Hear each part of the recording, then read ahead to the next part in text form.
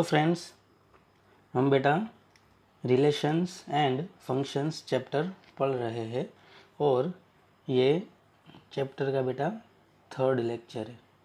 ठीक है, ओके। इसके पहले के जो दो लेक्चर है वो आपको रिलेशंस एंड फंक्शंस के प्लेलिस्ट में मिल जाएंगे। ठीक है, स्टार्टिंग से देखो तो ये सब चीज़ें आपको समझ में आएगी। ठीक है, चलो आज का लेक्चर स्टार्ट करते हैं। तो आज हम बेटा बात करने वाले हैं टाइप्स ऑफ रिलेशन, कि कितने टाइप्स के रिलेशन होते हैं। ओके, तो फर्स्ट रिलेशन है, फर्स्ट टाइप है बेटा empty relation. Empty relation, okay, नाम से ही पता चल रहा है बेटा एम्प्टी मतलब क्या होता है। एम्प्टी मतलब नल, या आप उसको खाली भी बोल सकते हैं।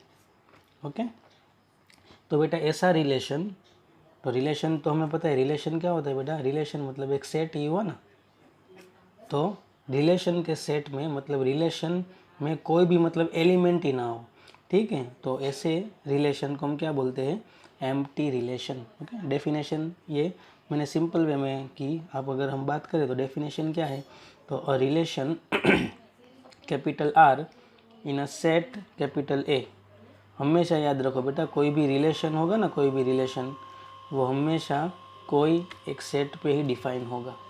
ठीक है, तो ये रिलेशन है अपना, वो सेट ए पे डिफाइन है। तो इसका मतलब ऐसा हुआ कि जो अपना रिलेशन है बेटा वो ए क्रॉस ए का क्या है, सबसेट है। ओके, ये तो हमने प्रीवियस लेक्चर में भी देखा है। तो relation R in a set capital A is called empty relation if no elements of capital A is related to any elements of A।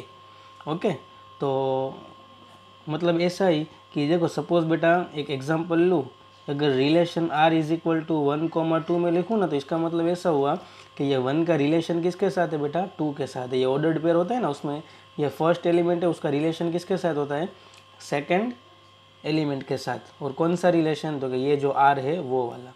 तो यहाँ पे हमने ऐसा बोला कि a relation capital R in a set capital A is called empty relation if no elements of A is related to any elements of A।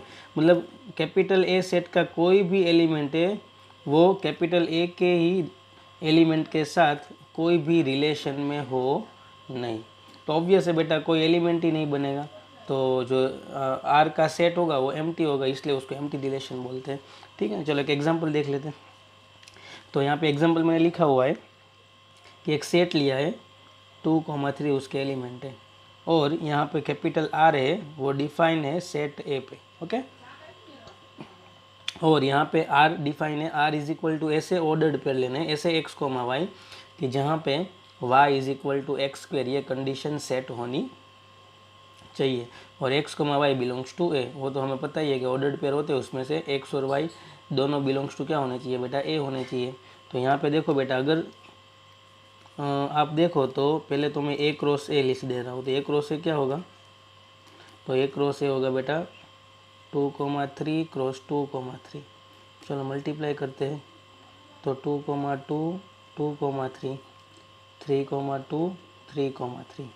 तो आप यहाँ पे देख सकते हो कि यहाँ पे दो का अगर रिलेशन होगा तो मुझे तो ऐसे एलिमेंट लेने हैं जो सेकेंड एलिमेंट हो वो फर्स्ट का स्क्वायर हो। तो यहाँ पे देखो 2 है, वो तो 2 का स्क्वायर नहीं है, तो ये भी नहीं आएगा, ये कंडीशन सेट नहीं कर रही Y is equal to X square वाली। आप यहाँ पे देखो तो 3 है, वो भी 2 का स्क्वायर नहीं है। यहाँ पे देखो 2 भी 3 का स्क्वायर नहीं है, और 3 भी 3 का स्क्वायर नहीं है। तो आप देख सकते हो कि ए क्रॉस ए में से कोई भी ऐसे एलिमेंट नहीं है जो ये रिलेशन की डेफिनेशन को क्या करे बेटा, डिफाइन करें। ठीक है, सेट हो। तो इसका मतलब ऐसा हुआ कि R इज इक्वल टू 5। सो इसको क्या बोलते हैं हम, एम्प्टी रिलेशन, इसमें कोई भी एलिमेंट है नहीं। ठीक है, तो आई होप आपको एम्प्टी रिलेशन अभी समझ में आ गया होगा। ठीक है, चलो अभी हम सेकंड रिलेशन देखते हैं।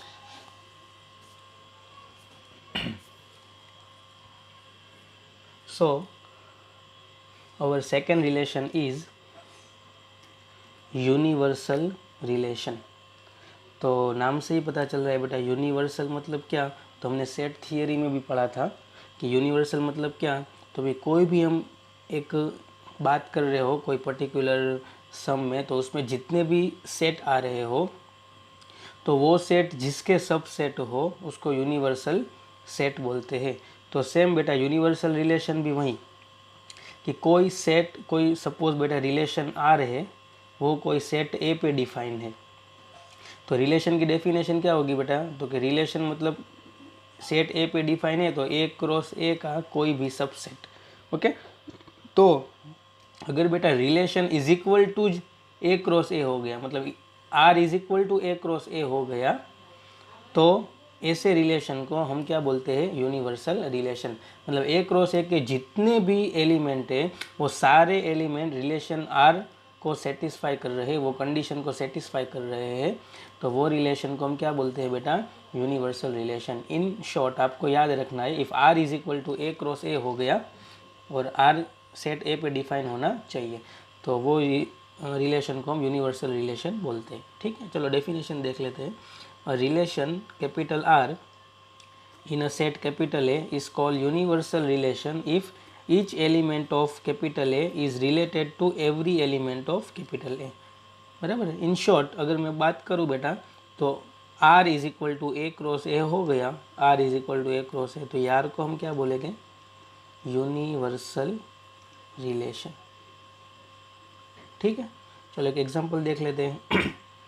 तो एग्जांपल देखो, तो देखो मैंने a इज इक्वल टू 1,2 लिया है और r मैंने किस तरीके से डिफाइन किया है सेट ए पे, तो r इज इक्वल टू ऐसी ऑर्डर्ड पेयर ऐसे x, y, जहाँ पे x और y बिलोंग्स टू n, सिर्फ इतना है, x और y belongs to natural number होने चाहिए। तो आप पहले तो देखो a क्रॉस ए अगर मैं करूँ बेटा, तो a क्रॉस ए क्या होगा, तो 1,2 क्रॉस 1,2, तो यहाँ पे अगर मल्टीप्लाई करें तो 1 1 1 2 2 1 2 2। तो आप देख सकते हो बेटा कि ए क्रॉस ए में जितनी भी ऑर्डर्ड पेयर आई वो सारे रिलेशन में जो ऑर्डर्ड पेयर है वो सब सेट कर रहे हैं। देखो ऐसे हमें ऑर्डर्ड पेयर लेनी है जो x, y belongs to n, मतलब फर्स्ट और सेकंड एलिमेंट दोनों नेचुरल नंबर हो। तो देखो 1, 1 यस दोनों नेचुरल नंबर है, ये भी दोनों नेचुरल नंबर है, ये भी दोनों नेचुरल नंबर है, ये भी दोनों नेचुरल नंबर है। तो ये पूरे सेट को मैं क्या बोल सकता हूँ, आर बोल सकता हूँ। तो यहाँ पे आप देख सकते हो आर इज इक्वल टू क्या हो गया, ए क्रॉस ए हो गया। तो ये आर को हम क्या बोलेंगे, यूनिवर्सल रिलेशन। ओके, तो इन शॉर्ट आपको क्या याद रखना है कि ऐसा रिलेशन जो सेट पे डिफाइन हो उसका खुद का कार्टेशियन प्रोडक्ट खुद के साथ हो, और वो रिलेशन और वो कार्टेशियन प्रोडक्ट दोनों अगर इक्वल आ गए तो वो रिलेशन को हम यूनिवर्सल रिलेशन बोलेंगे। ठीक है, चलो नेक्स्ट रिलेशन देखते हैं। नेक्स्ट रिलेशन है बेटा थर्ड रिलेशन, उसका नाम है इनवर्स रिलेशन। नाम से ही पता चल रहा है, ठीक है, इनवर्स रिलेशन। तो चलो बात करते हैं। सपोज बेटा कोई एक रिलेशन आर है, वो डिफाइन है ए टू बी। ठीक है, मतलब ए टू बी मतलब ए है, ये आर का डोमेन है, और बी क्या है बेटा, को डोमेन है। Then the inverse of R, मतलब जो रिलेशन आर है उसका इनवर्स ऑफ आर किससे हम डिनोट करेंगे, तो डिनोटेड बाय आर इनवर्स। ठीक है, वेयर आर इनवर्स क्या हो गया अभी, तो क्या ऑब्वियस हम इनवर्स कर रहे हैं, तो अभी ए टू बी था तो उसका हम इनवर्स क्या होगा, बी टू ए हो गया। तो आप देख सकते हैं बेटा, तो आर इनवर्स अभी हुआ तो आर इनवर्स का डोमेन क्या हो गया, बी हो गया, और को डोमेन क्या हो गया, ए हो गया। ठीक है, तो इसका मतलब ऐसा हुआ कि अगर कोई रिलेशन आर हो उसका डोमेन ए हो तो उसके इन्वर्स का को डोमेन ए होगा, और रिलेशन आर उसका को डोमेन बी है तो आर इन्वर्स का डोमेन बी बन जाएगा। इन शॉर्ट ये दोनों क्या हो जाएगा बेटा, वाइस वर्सा चेंज हो जाएंगे। ठीक है, तो आर इन्वर्स मतलब क्या हो गया बेटा, तो कि अगर रिलेशन आर में ordered pair A comma B हो, फिर से अगर रिलेशन आर में ordered pair A comma B हो तो आर इनवर्स में ऑर्डर्ड पेयर क्या होगी, बी कोमा ए। देखो ये ऑर्डर्ड पेयर भी क्या हो गई, चेंज होगी। ठीक है, देखो A comma B belongs to R, तो आर इनवर्स में कौन सी आएगी, ऐसे बी कोमा ए जहाँ पे A comma B belongs to R हो।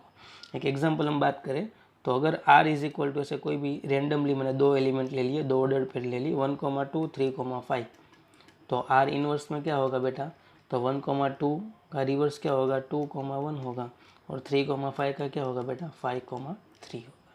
ठीक है, और ये तो मैंने अभी बताया था कि जो आर का डोमेन होगा वो आर इनवर्स की रेंज हो जाएगी, और जो आर की रेंज होगी बेटा वो आर इनवर्स का डोमेन हो जाएगा। ठीक है, अगर आर बेटा x2y हो तो आर इनवर्स क्या हो जाएगा, वाई टू एक्स हो जाएगा, डोमेन को डोमेन वो सब इंटरचेंज हो जाएगी। ठीक है, तो आई होप आपको बेटा इन्वर्स रिलेशन समझ में आ गया है। ठीक है, चलो आगे बढ़ते हैं। फोर्थ रिलेशन है बेटा अपना, fourth type is identity relation. का नाम है बेटा आइडेंटिटी रिलेशन। अब आइडेंटिटी रिलेशन क्या है वो देखते हैं। तो सपोज बेटा कोई सेट कैपिटल ए है, तो सेट कैपिटल ए पे आइडेंटिटी रिलेशन कैसे डिनोट करेंगे हम, कैपिटल आई और ए प्रेफिक्स में डाल देंगे। ठीक है, ये कैपिटल आई है मतलब क्या हुआ, आइडेंटिटी, ये आई है ना, आइडेंटिटी से आया है, आइडेंटिटी रिलेशन ऑन ए। और उसमें कैसे एलिमेंट आएगा बेटा, तो कि जो ऑर्डर्ड पेयर होगी ना बेटा, उसमें फर्स्ट एलिमेंट और सेकंड एलिमेंट दोनों सेम होने चाहिए। ठीक है, मतलब अगर मैं पॉइंट्स की बात करूँ तो ये एक्स कोऑर्डिनेट और वाई कोऑर्डिनेट क्या होना चाहिए बेटा, सेम टू सेम होने चाहिए। और जो एलिमेंट होंगे वो बिलोंग्स टू सेट ए। ठीक है, मतलब सेट ए में जितने भी एलिमेंट होंगे वो सारी ऑर्डर्ड पेयर खुद के साथ, ऐसा अगर रिलेशन होगा तो वो रिलेशन को हम क्या बोलेंगे, आइडेंटिटी रिलेशन। ठीक है, तो let capital A be a set, then relation I A is equal to ऐसे स्मॉल ए कोमा ए जहाँ पे small A belongs to capital A. तो हम क्या बोलेंगे, तो ये जो आई है उसको हम बोलेंगे आइडेंटिटी रिलेशन ऑन ए। ठीक है, एक एग्जांपल अगर बात करूँ तो अगर बेटा ए इज इक्वल टू 1,2 होगा तो आई ए क्या होगा बेटा, आई ए आइडेंटिटी रिलेशन होने, तो 1,1 और 2,2। ठीक है, मतलब ए में जितने भी एलिमेंट है वो खुद का रिलेशन खुद के साथ हो, ऐसी ऑर्डर्ड पेयर बना के, और जितने भी हो, अगर 3 एलिमेंट हो तो 3 ऑर्डर्ड पेयर आएगी, 4 हो तो 4 ऑर्डर्ड पेयर आएगी। ऐसा अगर हम रिलेशन बनाए तो वो रिलेशन को आइडेंटिटी रिलेशन बोलेंगे। ठीक है, तो थोड़ी बहुत नोट देख लेते हैं आइडेंटिटी रिलेशन के रिगार्डिंग। तो नोट क्या है बेटा, तो every element of capital A is related to itself only. आप यहाँ पे देख सकते हो ना, देखो ये 1 है, 1 उसका रिलेशन 1 के साथ ही है। यहाँ पे देख सकते हो आप 2 का रिलेशन 2 के साथ ही, अगर 3 होता तो 3,3 भी होता, तो 3 का रिलेशन 3 के साथ ही है। इसका मतलब ऐसा हुआ कि सेट ए में जितने भी एलिमेंट है वो सारे रिलेशन में है खुद के साथ। Every element of capital A is related to itself only. Okay, एक एग्जांपल ले लेते हैं। Suppose capital A is equal to 1, 2, 3। तो देखो यहाँ पे मैंने 3 रिलेशन है, R1, R2 एंड R3। तो यहाँ पे आप देखो बेटा मैं नीचे से स्टार्ट कर रहा हूँ, तो 1, 1 है, 2, 2 है, लेकिन 3, 3 नहीं है। लेकिन 3 तो यहाँ पे एलिमेंट है ना, तो 3,3 भी होना चाहिए, लेकिन 3,3 नहीं है, तो इसको हम आई ए नहीं बोल सकते, ये आइडेंटिटी रिलेशन नहीं है। ठीक है, चलो R2 देखें तो यहाँ पे 1, 1 है, 2, 2 है, 3, 3 है, लेकिन उसके अलावा भी कोई एलिमेंट है ना, देखो 1,3 है, ये 1,3 नहीं होना चाहिए बेटा। ठीक है, आई ए में मतलब खुद का रिलेशन खुद के साथ ही होना चाहिए। यहाँ पे देखो 1 का रिलेशन 3 के साथ शो कर रहा है, तो ऐसा नहीं होना चाहिए। तो जो R2 है बेटा उसको भी मैं आइडेंटिटी रिलेशन नहीं बोलूँगा। और अभी R1 देखो तो 3 एलिमेंट है, और यहाँ पे देखो R1 में 3 ऑर्डर्ड पेयर है, 1,1, 2,2 और 3,3। तो ये जो बना बेटा उसको मैं क्या बोलूँगा, आइडेंटिटी रिलेशन ऑन सेट ए। ठीक है, तो आई होप आपको आइडेंटिटी रिलेशन पता चल गया होगा। ठीक है, कोई सेट में अगर 4 एलिमेंट हो तो आइडेंटिटी रिलेशन होगा उसमें 4 ऑर्डर्ड पेयर आएगी, और 5 एलिमेंट हो तो 5 ऑर्डर्ड पेयर आएगी, और खुद का रिलेशन खुद के साथ ही होगा। ठीक है, चलो नेक्स्ट रिलेशन देखते हैं। सो और next relation is reflexive relation. ठीक है, 5th टाइप का रिलेशन है बेटा, नाम है रिफ्लेक्सिव रिलेशन। ओके, तो रिफ्लेक्सिव रिलेशन मतलब क्या, तो देखो यहाँ पे आइडेंटिटी रिलेशन और रिफ्लेक्सिव रिलेशन में थोड़ा कन्फ्यूज़न आपको होगा, वो कन्फ्यूज़न यहाँ पे मैं दूर कर दूंगा। देखो कैसे, तो बेटा कोई relation capital are on set capital ए। ठीक है, कोई रिलेशन कोई सेट ए पे है, उसको वो रिलेशन आर को मैं रिफ्लेक्सिव रिलेशन तब बोलूँगा जब बेटा सेट ए में जितने भी एलिमेंट हैं उसका रिलेशन खुद के साथ वो सारे एलिमेंट रिलेशन में होने चाहिए। उसके अलावा जो एक्स्ट्रा हो तो चलेगा, ठीक है, लेकिन एक भी एलिमेंट छूटना नहीं चाहिए। तो बेटा सपोज एक एग्जांपल लूँ बेटा कि कोई सेट है x, y, उसमें एलिमेंट है, तो ऐसा रिलेशन कि जिसमें x, x और y, y तो होने ही चाहिए, ठीक है। उसके अलावा हो तो कुछ प्रॉब्लम नहीं है और न हो तो भी कुछ प्रॉब्लम नहीं है, लेकिन जितने भी एलिमेंट हो उसका रिलेशन खुद के साथ ऐसी ऑर्डर्ड पेयर सारी होनी चाहिए। तो ऐसे रिलेशन को रिफ्लेक्सिव रिलेशन बोलते हैं हम। तो रिफ्लेक्सिव रिलेशन और आइडेंटिटी रिलेशन में डिफरेंस क्या हुआ बेटा? तो डिफरेंस ये हुआ कि रिफ्लेक्सिव रिलेशन में अगर यहाँ पे कोई x, y होता तो रिफ्लेक्सिव रिलेशन को कुछ दिक्कत नहीं है, इसको हम रिफ्लेक्सिव रिलेशन बोलेंगे, क्योंकि रिफ्लेक्सिव रिलेशन में तो ऐसी कंडीशन है कि जितने भी एलिमेंट हो उसकी खुद के साथ पेयर होनी चाहिए, अगर उसके अलावा कुछ ज़्यादा हो तो कुछ प्रॉब्लम नहीं है, ठीक है। लेकिन आइडेंटिटी में ऐसा नहीं है, ज़्यादा हो तो प्रॉब्लम आ जाती है, तो हम आइडेंटिटी नहीं बोलते, ठीक है। तो रिफ्लेक्सिव रिलेशन आई होप आपको समझ में आ गया होगा। एक एग्जाम्पल से बात कर लेते हैं कि सपोज कोई सेट ए है 1, 2, 3 और ये R1 और R2 दो रिलेशन है बेटा, वो कोई सेट ए पे डिफाइन है। तो यहाँ पे R1 देखो मैंने क्या लिखा है, तो एक ऑर्डर पेयर है 1, 1, 2, 2, 3, 3, 1, 3, 2, 1। तो यहाँ पे देख सकते हो बेटा कि सेट ए में जितने भी एलिमेंट है उसका रिलेशन खुद के साथ बने ऐसी ऑर्डर्ड पेयर है यहाँ पे। तो R1 बेटा ये क्या हो गया? रिफ्लेक्सिव रिलेशन हो गया। लेकिन इसको बेटा हम आइडेंटिटी नहीं बोल सकते, क्योंकि आइडेंटिटी इसलिए नहीं बोल सकते कि यहाँ पे 1, 3 और 2, 1 एक्स्ट्रा है। लेकिन रिफ्लेक्सिव को कुछ प्रॉब्लम नहीं है। रिफ्लेक्सिव में तो क्या होना चाहिए बेटा? जितने भी एलिमेंट हो उसका रिलेशन खुद के साथ हो ऐसी पेयर होनी चाहिए। यहाँ पे देखो R2 मैंने एक डिफाइन किया है 1, 1, 2, 2, 3, 2, 2, 1। तो यहाँ पे देख सकते हो बेटा 1, 1, 2, 2 है, लेकिन 3, 3 मिसिंग है।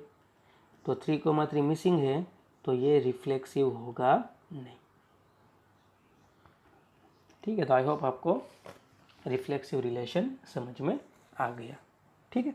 और नोट्स देख लेते हैं, नोट्स क्या है। तो बेटा जितने भी आइडेंटिटी रिलेशन है, जितने भी, उसको हम क्या बोलेंगे? तो उसको हम रिफ्लेक्सिव बोल सकते हैं कि identity relation are always said to reflexive relation. But उसका उल्टा वाइस वर्सा हम बोलेंगे नहीं। आप यहाँ पे देख सकते हो कि कोई रिलेशन रिफ्लेक्सिव हो तो आइडेंटिटी हो ऐसा ज़रूरी नहीं है, लेकिन कोई रिलेशन आइडेंटिटी हो, आइडेंटिटी, तो हम उसको 110% बोलेंगे यस, इसको हम रिफ्लेक्सिव बोल सकते हैं। लेकिन रिफ्लेक्सिव हो तो उसको हम आइडेंटिटी नहीं बोल सकते, ओके। और एक चीज़ ये याद रख लो बेटा कि यूनिवर्सल रिलेशन हो वो ऑलवेज क्या होता है बेटा? रिफ्लेक्सिव रिलेशन होता है। ऑब्वियस है बेटा, यूनिवर्सल रिलेशन मतलब क्या? तो अगर कोई रिलेशन आर है वो सेट ए पे डिफाइन है, तो A cross A is equal to R हो गया बेटा, तो इसको हम यूनिवर्सल रिलेशन बोलेंगे। तो ऑब्वियस है ना बेटा, ए की जितनी भी ऑर्डर्ड पेयर होगी खुद के साथ, एलिमेंट की खुद के साथ, तो वो तो सारी ए क्रॉस ए में आ ही जाएगी ना, ठीक है। तो उसको तो हम रिफ्लेक्सिव बोलेंगे ही। तो universal relation are always reflexive, okay. तो आई होप आपको ये रिफ्लेक्सिव रिलेशन समझ में आ गया है, ठीक है। चलो नेक्स्ट टाइप देखते हैं, 6th टाइप।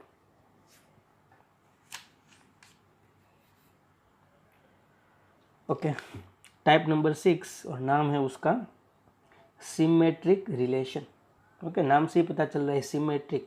सिमेट्रिक मतलब क्या बेटा? कि सपोज बेटा कोई रिलेशन आर कोई सेट ए पे डिफाइन है, ठीक है। कोई रिलेशन आर कोई सेट ए पे डिफाइन है, और ये रिलेशन आर को मैं सिमेट्रिक रिलेशन कब बोल सकता हूँ? इफ़ सपोज बेटा रिलेशन में A1, A2 belongs to R, मतलब रिलेशन में ये एलिमेंट है A1, A2।